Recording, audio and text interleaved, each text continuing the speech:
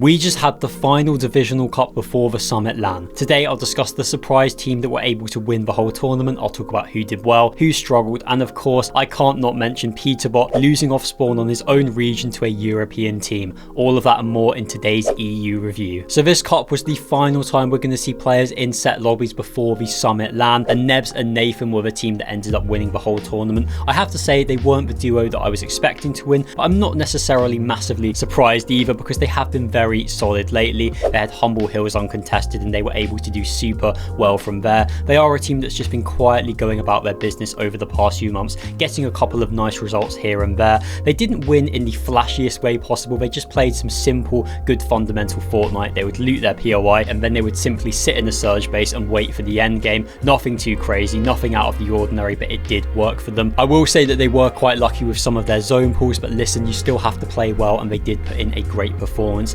Nebs in particular was on fire. He had the most damage, the most assists, and the second most eliminations. Such an explosive performance from him. Now look, I'd love to tell you that this win puts them in a great position for the Summit LAN, but the truth is they are most likely going to be contested. For day one, they are currently contested already at Humble Hills by Muzz and Sphinx. Realistically, both of those teams are going to make finals. Both of them are going to fight each other. So I do think there's a ceiling as to how well Nebs and Nxthan can perform, but it's fair to say that today was a real statement of intent, and it's nice to see that they can perform when the situation favours them. Now there's no surprises about the team in second place. It was of course Sky and Scroll, and listen, when they don't have Veno and Curve interfering in their off-spawn situation, they do tend to do a lot better. They were much more comfortable with Akira and Karama landing with them, and that did enable them to get this second place. They started the tournament in style. After winning game 2, they had a big lead over second place. They then had poor games in games 3 and 5 to surrender their big lead going into that final match, and unfortunately they couldn't outperform Nebs and Nxthan in game 6. Had they not had 2 poor games, then it would have been their tournament for the taking. But listen, this was still very solid, and it's exactly the position we want to see them in going into the Summit LAN. They are of course still one of the big favourites. We don't know quite what's going to happen with the situation over with Veno and Curve. Is there going to be spawn fighting? Are they going to leave each other alone? It does remain to be seen. But Sky and Scroll, in my opinion, still the best duo in the world, and this was a solid placement. In third place, we had Vico and Malibuca, and it was the same story that we've seen a ton of times before. They start the tournament relatively slow, they end it in style, but ultimately they can't quite manage enough points to secure that first place. Listen, it was still a very solid performance. Vico in particular was insane. He had the most eliminations and the second most damage, so a talismanic performance from him. Listen, had they been able to convert some of their games into higher placements, then they would have done better. They didn't manage a game better than a 4th, they couldn't get a victory royale, but still they're in a great position heading into the Summit LAN. Third is very solid, and I've got no worries about this team. Moving to 4th, we had yet another big team, potentially the favourites for the Summit LAN, and that is of course Shxrk T3eny. Now they had Wonky Land completely uncontested in these finals, and again there was a very real chance they could win. It was looking on the cards all throughout the tournament. Unfortunately they went down quite early in that final game and were not able to get a higher placement, but again 4th is solid. All we want from these big teams is to see them in and around the top positions. They don't have to be winning, they just have to be doing well, and I'm sure that Shxrk and T3eny can exceed this performance in Düsseldorf. In 5th place, we had a duo that have finally put in a good performance, and that is of course IDrop Marius. Now these guys have been very poor over the past few months. In particular last week they came 50th without a single point, losing every single game off spawn to Pollo and Sato. It was not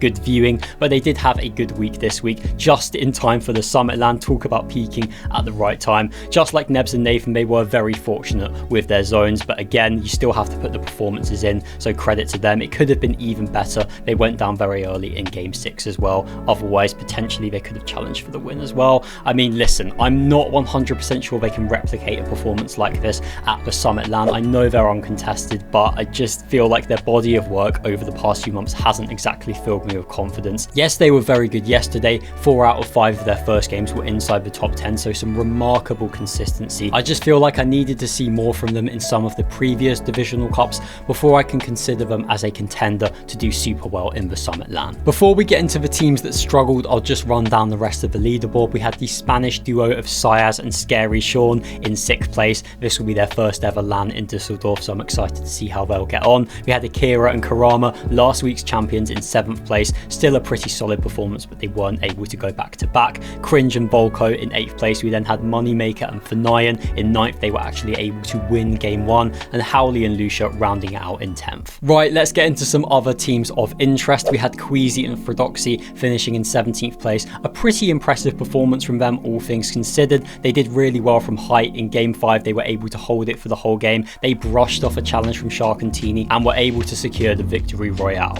Now listen, they are backing up their talk. Queasy has been saying for a while now that the opens rounds are his problem, and when he gets into the set lobbies, he thinks he can do well. And well, I do feel like he did back that up pretty well. 17th isn't a crazy performance by any means, but seeing as before this, Queasy's most recent Divisional Cup Finals was week 2 of last season, I feel like we can give him some credit for a solid performance. As expected, Queasy is now looking for a duo on NA Central, so it will be really interesting to see who he picks up. And listen, it was just nice to see these guys back on the right end of the leaderboard. Yes, there were a few moments where they made some interesting plays, but I do think they can be proud of how they did. Cammy and Hari finished in 20th place, but they were contested for the whole cup by Izzy and Nosif, so no real shocks there. We had Shxrk Repairs finishing in 22nd place. They were able to win game 6, but ultimately it wasn't an ideal tournament, which is completely understandable because Shxrk will still be very upset about missing out on the LAN. If you missed it, he will not be able to go to Düsseldorf because of some visa issues. Now initially, Repairs was going to have to play the tournament as a solo.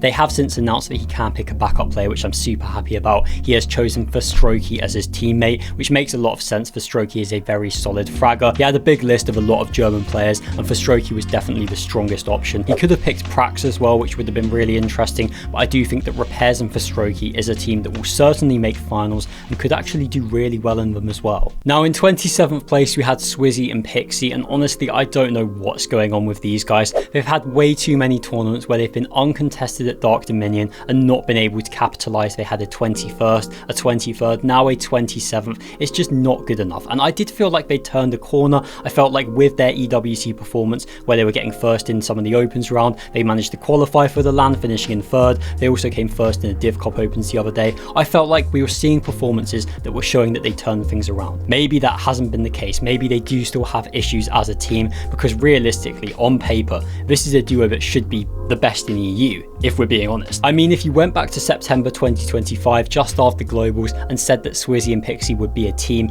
everyone would tell you that they should be the best in the world because of how good they were, and it's just not panned out like that. And listen, that doesn't mean that they're going to do awfully at the Summit LAN. They may still find a way, but I'm just surprised by how little they've shown. It's definitely a shame. This was a cup where they had a mid-map POI uncontested. They had very favourable zones. It was all set up for them and they just couldn't make it work, which I have to say is a bit of a concern. Another duo that weren't able to make the best of a favourable situation was MrSavage and Velo. They could only manage a 30th place from uncontested squibbly shores. And listen, I feel like this is an opportunity that they're not going to get too often. Usually they're going to be contested in these cups, so they have to make the most of it when they do get on con, and they just weren't able to do that.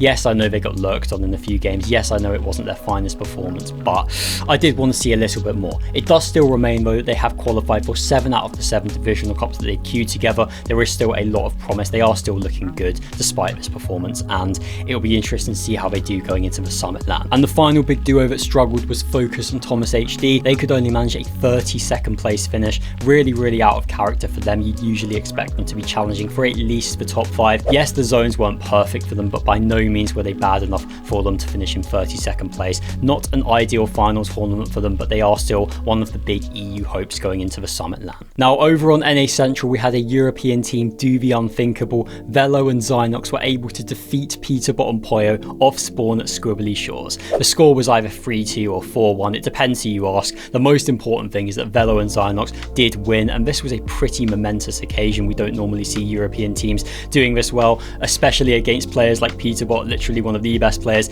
in the entire world. There was a bit of drama during the off spawns. Velo and Zynox were unhappy that their drop calc for the gas station got taken away midway through the cup. There were allegations that the owner of the software was favouring Peterbot and Pollo, and I'm not here to confirm or deny any of those accusations, but the whole thing did seem a little bit fishy. There were rumours floating around that Peterbot and Pollo had paid for a private drop calc, which has been denied by a lot of people, but it's fair to say that we don't quite know what's going on behind the scenes with these kind of things. But listen, fair play to Velo and Zynox, doing this all on such high ping, being able to beat Pete and Pollo, super impressive stuff. They finished 17th overall, which wasn't even the best EU performance. We had Cammy and Hari finish in 14th place. They of course won the Opens round on NA Central as well, so proving that they can do it on high ping. Very, very impressive stuff from them. Subscribe to stay up to date with European Fortnite news. Thank you very much for watching the video. See you in the next one.